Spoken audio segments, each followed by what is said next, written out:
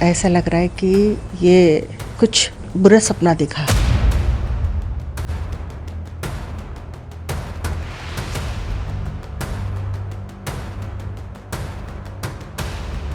एक वो दौर था जब जया प्रदा को देखते ही सिनेमा घरों में तालियों की गड़गड़ाहट गूंज उठती थी। सत्यजीत रे जैसे महान डायरेक्टर ने उन्हें भारतीय सिनेमा का सबसे खूबसूरत चेहरा कहा था। लेकिन दोस्तों, किस्मत का खेल देखिए, जिस चेहरे पर पूरी दुनिया फिदा थी, उसी चेहरे ने बंद कमरों में सबसे ज्यादा आंसू बहाए। आज का अर्जुन, शराबी और तोहफा जैसी सुपरहिट फिल्में देने वाली जया प्रदा का ग्लैमरस सफर जितनी तेजी से आसमान पर पहुंचा, उतनी ही तेजी से विवादों की खाई में गिर गया। आखिर क्या वजह थी कि करोड़ों की मालकिन होने के बावजूद उन्हें अपनी जिंदगी में सच्चा प्यार नहीं मिला? क्यों उन्हें राजनीति के कीचड़ में घसीटा गया?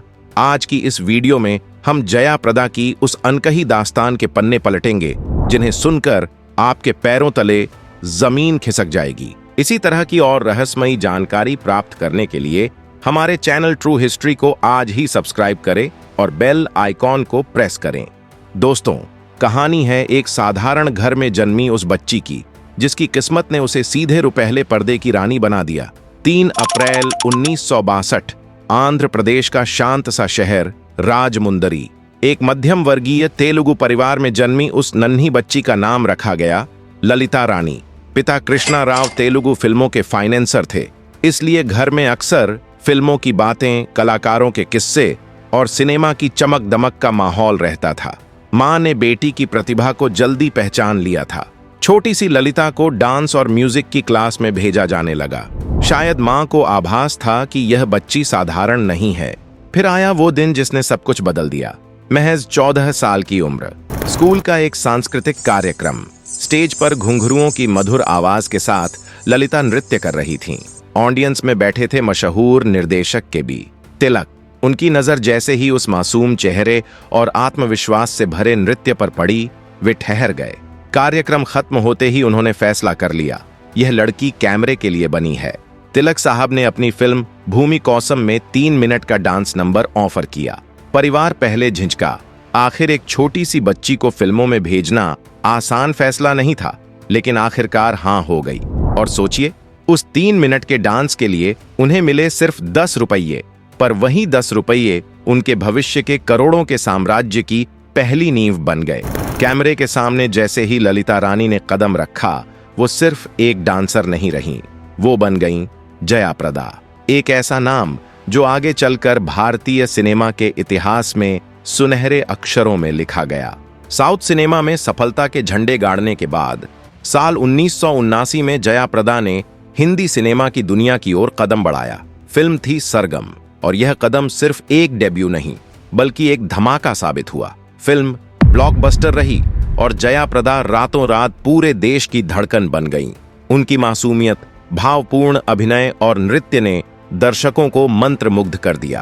80 का दशक आते आते जया प्रदा इंडस्ट्री की सबसे ज्यादा फीस लेने वाली अभिनेत्रियों में गिनी जाने लगीं।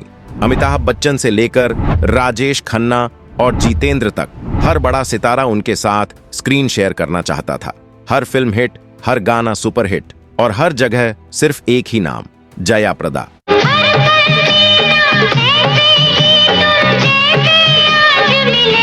लेकिन शोहरत के इस चमकते आसमान में एक और सितारा था जो उतनी ही तेजी से चमक रहा था, श्रीदेवी। दोनों साउथ से आईं, दोनों की उम्र लगभग बराबर, दोनों बेहद खूबसूरत और प्रतिभाशाली, और दोनों ही नंबर 1 की कुर्सी पर बैठना चाहती थीं। पर्दे पर जब ये दोनों साथ आती थीं, जैसे तोहफा में, तो बॉक्स ऑफिस पर जादू छा जाता था। दर्शक दीवाने हो जाते थे। लेकिन कैमरे के पीछे कहानी बिल्कुल अलग थी। कहा जाता है कि इनके बीच की दूरी इतनी गहरी थी कि सेट पर भी दोनों एक दूसरे से बात नहीं करती थीं। फिल्म मवाली और कुछ लोग कहते हैं तोहफा के दौरान कि शूटिंग में हालात इतने ठंडे थे कि सह कलाकारों ने सुलह करवाने की ठान ली। जितेंद्र और राजेश खन्ना ने एक दिन दोनों को एक ही मेकअप रूम में बंद कर दिया, बाहर से ताला लगाकर। सोचा 2-3 घंटे साथ रहेंगी तो बर्फ पिघल जाएगी।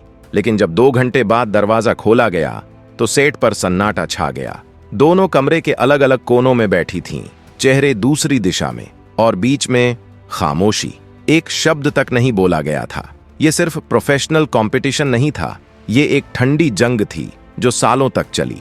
जया प्रदा के लिए ये मुकाबला सिर्फ फिल्मों का नहीं, भावनाओं का भी बन चुका था।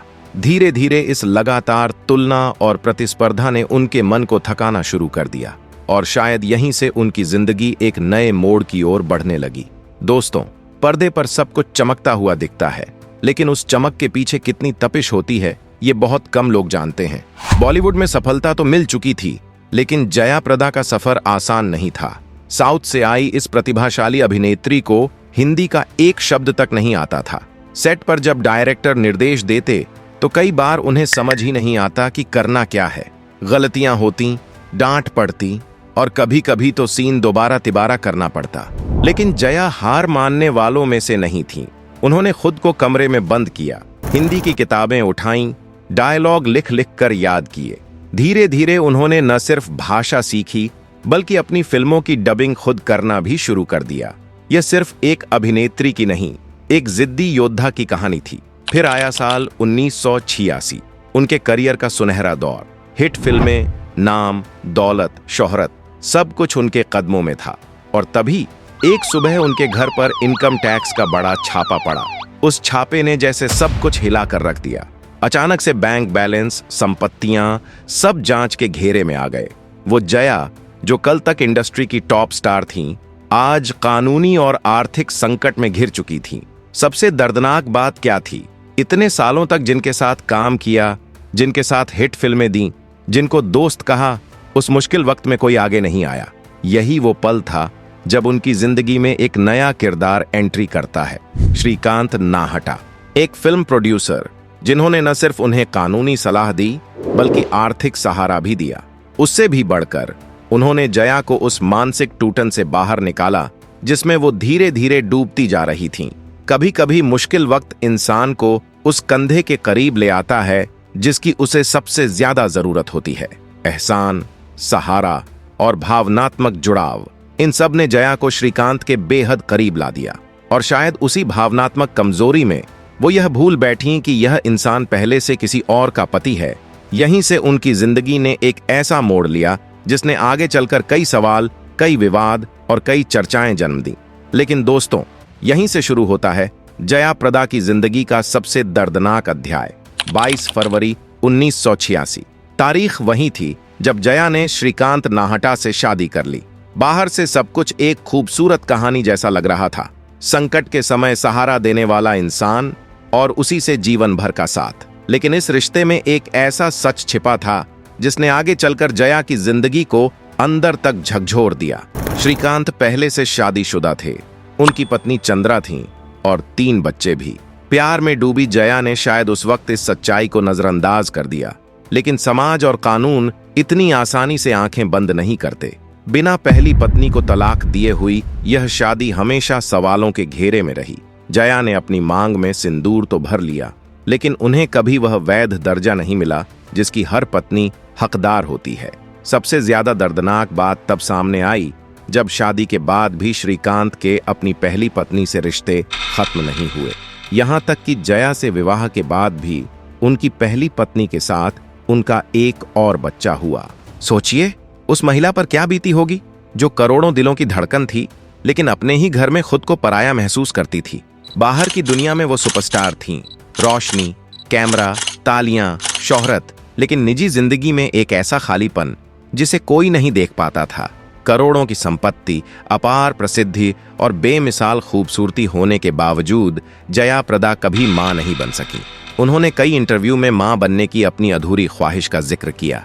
उनकी आवाज में एक ऐसी टीस साफ झलकती थी जिसे शब्दों में बयां करना आसान नहीं।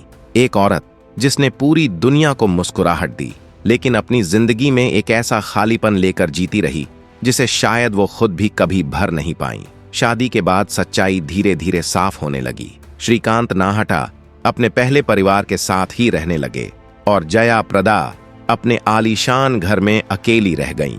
बाहर से वो महल रोशनी से जगमगाता था, बड़ी गाड़ियां, नौकर चाकर, दीवारों पर अवार्ड्स और दरवाजे पर इंतजार करती मीडिया, लेकिन अंदर एक सन्नाटा था। एक औरत के लिए इससे बड़ा दर्द क्या हो सकता है कि पूरी दुनिया उसे चाहती हो, लेकिन उसके अपने घर में उसे माँ कहने वाली कोई आवाज न हो। जया ने माँ बनने के लिए हर संभव कोशिश की, उम्मीदें लगाईं, दुआएं मांगी, लेकिन किस्मत शायद अब भी उनकी परीक्षा ले रही थी।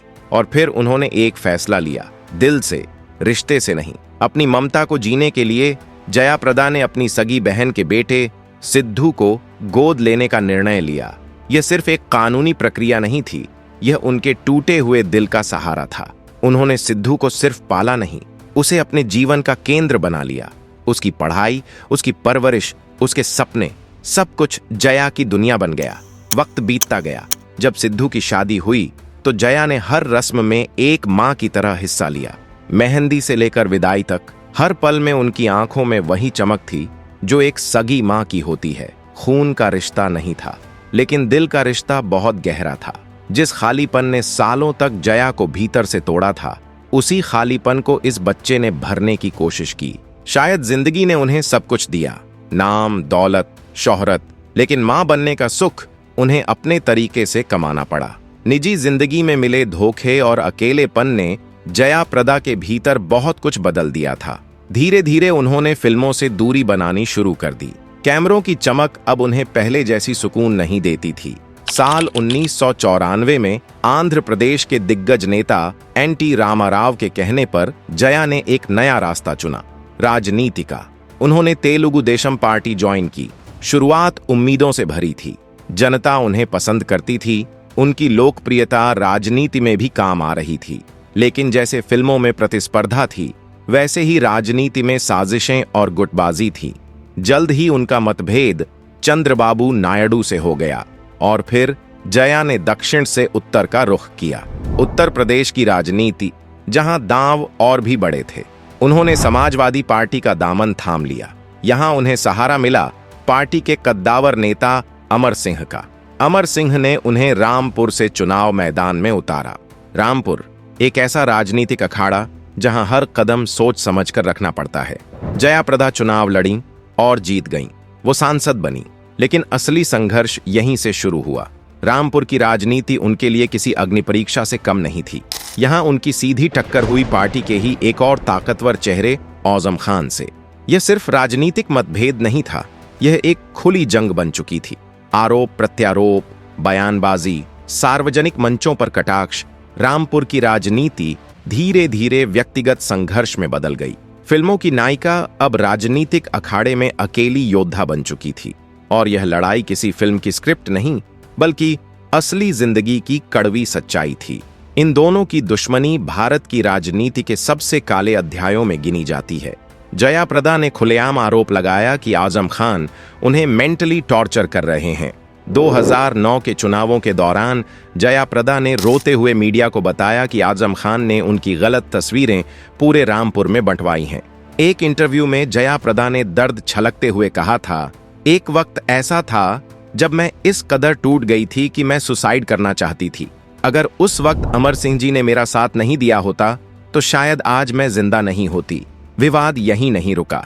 2019 के लोकसभा चुनाव में जब जया प्रदा ने बीजेपी ज्वाइन की और रामपुर से चुनाव लड़ा, तब आजम खान ने एक भरी रैली में बिना नाम लिए जया प्रदा पर एक बेहद शर्मनाक और भद्दी टिप्पणी की थी। एक महिला जिसने भारतीय सिनेमा को अपना जीवन दिया, उसे सरेआम राजनीति के मंच पर जलील किया गया। राजनीति में जब आजम खान और बाकी लोग जया प्रदा को नोच रहे थे, तब अमर सिंह वो इकलौते इंसान थे जो ढाल बनकर उनके आगे खड़े थे। लेकिन दोस्तों, हमारा समाज एक औरत और मर्द की दोस्ती को कभी आसानी से नहीं पचा पाता। जल्द ही मीडिया और राजनीतिक गलियारों में जया प्रदा और अमर सिंह के अफेयर की झूठी और गंदी अफवाहें उड़ने लगीं। लोग उनके कैरेक्टर पर उंगलियां उठाने लगे। इन बातों ने जया को अंदर तक छलनी कर दिया था। एक इंटरव्यू में अपने आंसुओं को रोकते हुए जया प्रदा ने जो कहा, वो आज भी हमारे समाज के मुंह पर एक तमाचा है। उन्होंने कहा था, अमर सिंह जी मेरे गॉडफादर हैं। उन्होंने मुझे उस वक्त बचाया जब मैं मर जाना चाहती थी। लेकिन लोगों की सोच इतनी गंदी है कि अगर मैं आज उन्हें राखी भी बांध दूं, तब भी ये दुनिया हमारे रिश्ते पर सवाल उठाना बंद नहीं करेगी। अमर सिंह के निधन के बाद जया प्रदा राजनीति में पूरी तरह से अकेली और अनाथ हो गईं। जिंदगी के थपेड़ों से लड़ती जया प्रदा के लिए बुरा वक्त खत्म होने का नाम ही नहीं ले रहा था। जो इंसान अपनी जिंदगी में इतनी लड़ाइयां लड़ चुका हो, सोचिए उसे उस वक्त कैसा लगा होगा जब 61 साल की उम्र में उसे जेल की सजा सुना दी गई। दरअसल जया प्रदा चेन्नई में एक सिनेमा हॉल की पार्टनर थीं। यह थिएटर सालों पहले बंद हो गया था। थिएटर के कर्मचारियों ने आरोप लगाया कि जया प्रदा और उनके पार्टनर्स ने कर्मचारियों की सैलरी से ESI एम्प्लॉइज स्टेट इंश्योरेंस का पैसा तो काटा, लेकिन उसे सरकारी बीमा निगम में जमा ही नहीं कराया। एक अभिनेत्री जिसने अपने जमाने में करोड़ों रुपए कमाए, वो चंद रुपयों के इस कानूनी विवाद में ऐसी फंसी कि कोर्ट ने उन्हें सीधे जेल की सजा सुना दी। हालांकि बाद में सुप्रीम कोर्ट ने उनकी इस सजा पर अस्थायी रूप से रोक लगा दी, लेकिन इस एक घटना ने उनकी बची खुची साख पर भी गहरा दाग लगा दिया। जिंदगी में इतने धोखे, कोर्ट कचहरी और बदनामी के बावजूद जया प्रदा ने कभी काम करना नहीं छोड़ा। जब फिल्मों से किनारे हो गईं, तो उन्होंने 2018 में टीवी की दुनिया में कदम रखा। उन्होंने परफेक्ट पति नाम के सीरियल से अपना टीवी डेब्यू किया, जहां उनके किरदार को बहुत पसंद किया गया। इसके अलावा वो आज भी रीजनल सिनेमा यानी मराठी और बंगाली फिल्मों में गेस्ट अपीयरेंस या छोटे रोल करती नजर आती हैं। सोचिए, जिस हीरोइन ने एक जमाने में अमिताभ और जितेंद्र जैसे सुपरस्टार्स के साथ ब्लॉकबस्टर फिल्में दी, वो आज अपनी पहचान को जिंदा रखने के लिए छोटे पर्दे पर काम करने से भी नहीं कतराती। यही एक सच्चे कलाकार की पहचान होती है। हालात चाहे कितने भी बुरे क्यों ना हो, उन्होंने कैमरा फेस करना नहीं छोड़ा। जया प्रदा की ये कहानी हमें एक बहुत बड़ा सबक देती है। जया प्रदा का जीवन उस मोमबत्ती की तरह रहा जो दूसरों की महफिल रोशन करने के लिए खुद धीरे धीरे पिघलती रही। दोस्तों, जया प्रदा की इस दर्दनाक कहानी के बारे में आपकी क्या राय है? क्या आपको लगता है कि समाज ने उनके साथ इंसाफ किया? कमेंट करके अपना ओपिनियन जरूर बताएं। अगर आपको ये वीडियो पसंद आई हो तो इसे लाइक करें, शेयर करें और हमारे चैनल को सब्सक्राइब करना न भूलें, ताकि हम आप तक ऐसी ही अनकही कहानियां लाते रहें। मिलते हैं अगली वीडियो में।